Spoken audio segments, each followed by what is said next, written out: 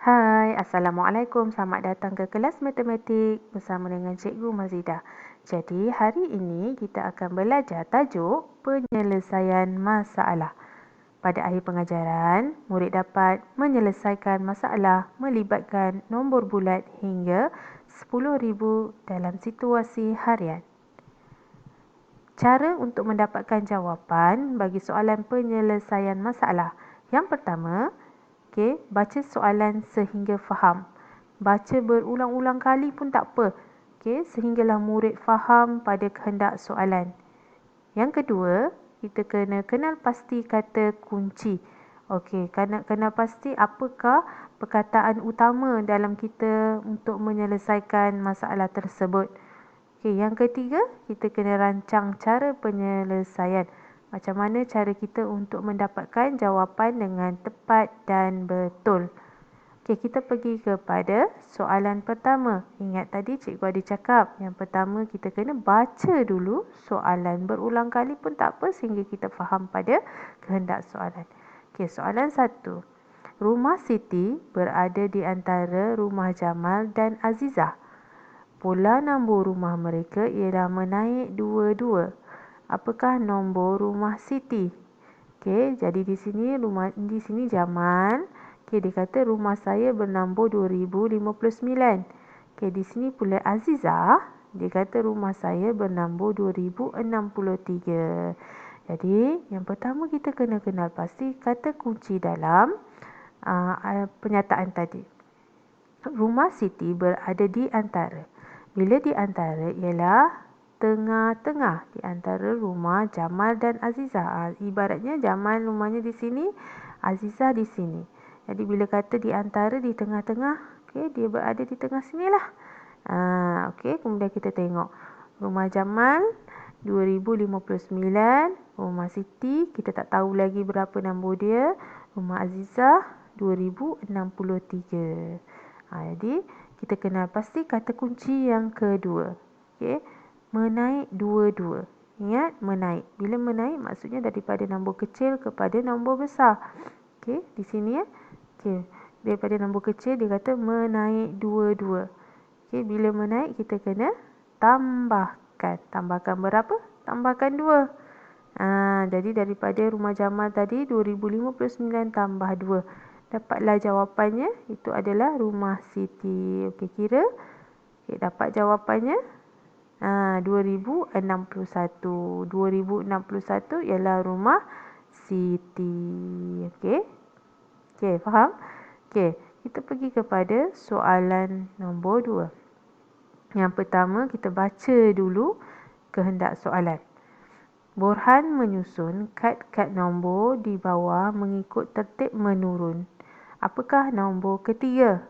Ni kad dia. Ada kad warna hijau, orange, biru, warna ungu. Dia tanya apakah nombor ketiga jika kad ni disusun kepada tertib menurun. Kenal pasti kata kunci. Yang pertama tertib menurun dan yang kedua soalannya dia hendak yang nombor yang ketiga. Bila tertib menurun, kita bayangkan turun tangga. Daripada nombor besar kepada nombor kecil. Daripada nombor besar kepada nombor kecil. Itu ialah tertib menurun. Kemudian kita buat jadual. Kita masukkan nombor-nombor mengikut jadual. Dia kata daripada nombor besar kepada nombor kecil. Kenapa pasti dalam kad-kad 4 kad ni mana satu yang paling besar? Macam mana nak tengok? Kita tengok pada rumah ribu dulu. Setiap kad kita tengok rumah ribu. Ini 3, kad hijau 3. Ni pun 3, ni pun 3, ni pun 3. Jadi sama. Kita pun pergi kepada rumah ratus. Mana yang paling besar ingat 9. 9. Ni pun kad biru pun 9, kad ungu pun 9. Jadi sama juga. Kita pergilah rumah 10 nak cari nombor yang paling besar. Ni sifar, ni 2, ni 1 dan ni 1. Mana yang besar? Sifar, 2, 1, 1. Mana yang besar? Tentunya yang ni. Jadi 3928 kita susun dalam jadual yang paling atas sekali. Kita tuliskan. Okey, ikut pada rumah masing-masing. Okey, kemudian kita nak cari nombor yang paling besar, nombor kedua yang paling besar. Okey, 3901. Okey, 3919, 3910. Okey, kita tengok. Rumah tadi 1000 dah sama, ratus pun sama. Kita tengok pada rumah puluh. Okey, kad hijau sifar. Kad biru 1 di tempat puluh. Kad ungu pun 1 di tempat puluh. Jadi sifar ni kita keluarkan lah. Okay, kita ambil yang dua ni. Okay, sebab dia punya rumah puluh dia sama, kita gerak pada rumah sar. Antara 9 dengan sifar, mana yang besar? Tentunya 9. Jadi kita susun pada jadual yang kedua. Okay, dah dapat dah. Hampir dah kita nak dapat apakah nombor ketiga ni? Antara kad hijau dan kad ungu. Mana satu nombor yang besar? Okey, kita tengok pada rumah puluh dia. Okey, rumah puluh pada kad hijau ialah sifar. Rumah puluh pada kad ungu ialah 1. Mana yang besar antara sifar dan 1? Ya, tentulah 1. Jadi kita ambil 3910 di tempat yang ketiga dan 3901 di tempat yang keempat. Jadi tadi ingat balik soalannya, apakah nombor ketiga? Okey, ni nombor 1. Ni nombor 2, ni nombor 3. Jadi jawapannya apa? Okey, 3910. Nampak tak? Senang je sebenarnya kalau kita dah kenal pasti soalan dan kata kunci. Okey, seterusnya kita pergi kepada soalan 3. Okey, kita baca dulu kehendak soalan. Jadual di bawah menunjukkan bilangan penduduk di Taman Yayasan. Ada kaum Melayu sebanyak 1408, kaum Cina sebanyak 1137, kaum India sebanyak 1064. Okey, kita dah baca pernyataan dia, kita baca soalan pula. Nyatakan kaum yang paling banyak di Taman Yayasan. Kaum yang paling banyak di Taman Yayasan antara kaum Melayu, Cina dan India. Dia dah bagi bilangan. Kita nak kena pasti kaum yang paling banyak dan tentunya kaum yang paling banyak ialah nombor yang paling besar. Okay, apa kita nak buat? Nak mudahkan kita? Kita buatlah jadual. Dan jadual ni siap ada nilai tempat dia 1000, ratus, 10 dan sar supaya kita senang nak kenal pasti nombor yang paling besar. Jadi kita susunlah dulu. Yang pertama kaum Melayu, okey, 1408 masuk pada rumah masing-masing lah nombornya. Okey, kemudian kaum Cina sebanyak 1137. Okey, kemudian kaum India 1064. Okey, macam mana kita nak kenal pasti nombor yang paling besar, yang paling banyak? Okay, kita pergi dulu tengok pada rumah 1000 ni. Kan nampak senang nampak bila kita dah susun ikut nilai tempat. Okey, tengok rumah 1000. Tapi semuanya ada 1000. Okey, jadi bila dah ada bila rumah 1000-nya sama, okey, 1000, kita pergi tengok pada rumah ratus. Okey, tengok pada rumah ratus pula. Kat sini kita dah dapat tahu dah nombor mana yang paling besar antara 4, 1 dan sifar. Mana yang besar?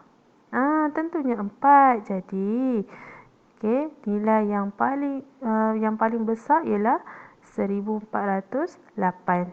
Jadi, kaum Melayu merupakan kaum yang paling banyak di Taman Yayasan. Okey, nampak situ senang je kalau kita dah susun ikut jadual. Okey, kita pergi soalan seterusnya. Lepas kita dah kenal pasti jawapan, ada lagi soalan dia kata tulis bilangan itu dalam perkataan. Dia bagi kita, okey, ini nombor dan kita dikehendaki tulis dalam perkataan. Bila dah kita buat nilai tempat ni senang dah. Sebab kita tinggal nak susun elok-elok je. Tulis elok-elok. Okey, ni 1000, 400, 10 tak ada kan? Terus pada 8. 1408. Eja elok-elok lah. Satu kita eja. 1408. Okey, boleh? Boleh ikut cikgu? Senang je sebenarnya kalau kita faham soalan dan kita tahu dia punya kata kunci dia. Okey. Soalan seterusnya, soalan 4. Okey, Rosli menggunakan 4 nombor di atas untuk membentuk satu nombor 4 digit. Digit 8 berada di tempat ratus. Okey, ni nombor. Dia bagi nombor 4, 3, 6, 8. Okey, kemudian kita kenal pasti kata kunci. Apa dia kata kunci? Okey, nombor 4 digit. Okey, itu kata kunci yang pertama. Kata kunci kedua, digit 8 berada di tempat ratus. Maksudnya dia nak 4 nombor kat situ. Apa yang perlu kita buat? Kita susun, kita buat pada jadual. Sebab kita nak susun mengikut nilai tempat. Dia kata 4 digit kan. Jadi 1 digit pertama, digit kedua, digit 3, digit 4. Jadi memang ada 4 kotak lah untuk 4 digit tu. Dan soalannya, kata kunci kedua, digit 8 berada di tempat ratus. 8 ni kita kena letak di tempat ratus siap-siap. Sebab itu kehendak soalan wajib kena ada. Barulah dapat jawapan dengan betul. Kita masukkanlah nombor 8 di tempat ratus. Okey, kemudian untuk nombor-nombor yang lain, nombor 4, nombor 6, nombor 3 ni kita boleh susun je di mana-mana. Sebab dia kata yang penting 4 digit. Dan nombor 8 di tempat ratus. Kita dah siapkan kan? Jadi kita susun je nombor-nombor yang selebihnya di rumah masing-masing. Macam cikgu buat 3,846. Susun ikut apa nombor yang kita suka. Yang penting kita dah patuh pada arahan dia, masukkan 8 dalam rumah ratus. Dan juga nombor je mesti ada 4 digit. Okey, boleh? Senang je kan?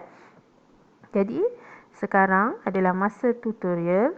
Okey, selepas ni cikgu akan bagi soalan dan murid-murid dikehendaki siapkan latihan yang akan cikgu berilah. Sebarang soalan boleh bertanya terus pada cikgu. Okey, ada masalah terus tanya pada cikgu. Cikgu akan bantu untuk murid terus faham pada soalan penyelesaian masalah. Okey, insya-Allah kita akan jumpa lagi dalam kelas akan datang.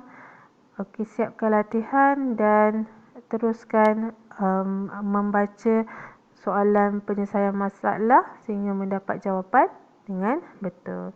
Okey, bye. Assalamualaikum.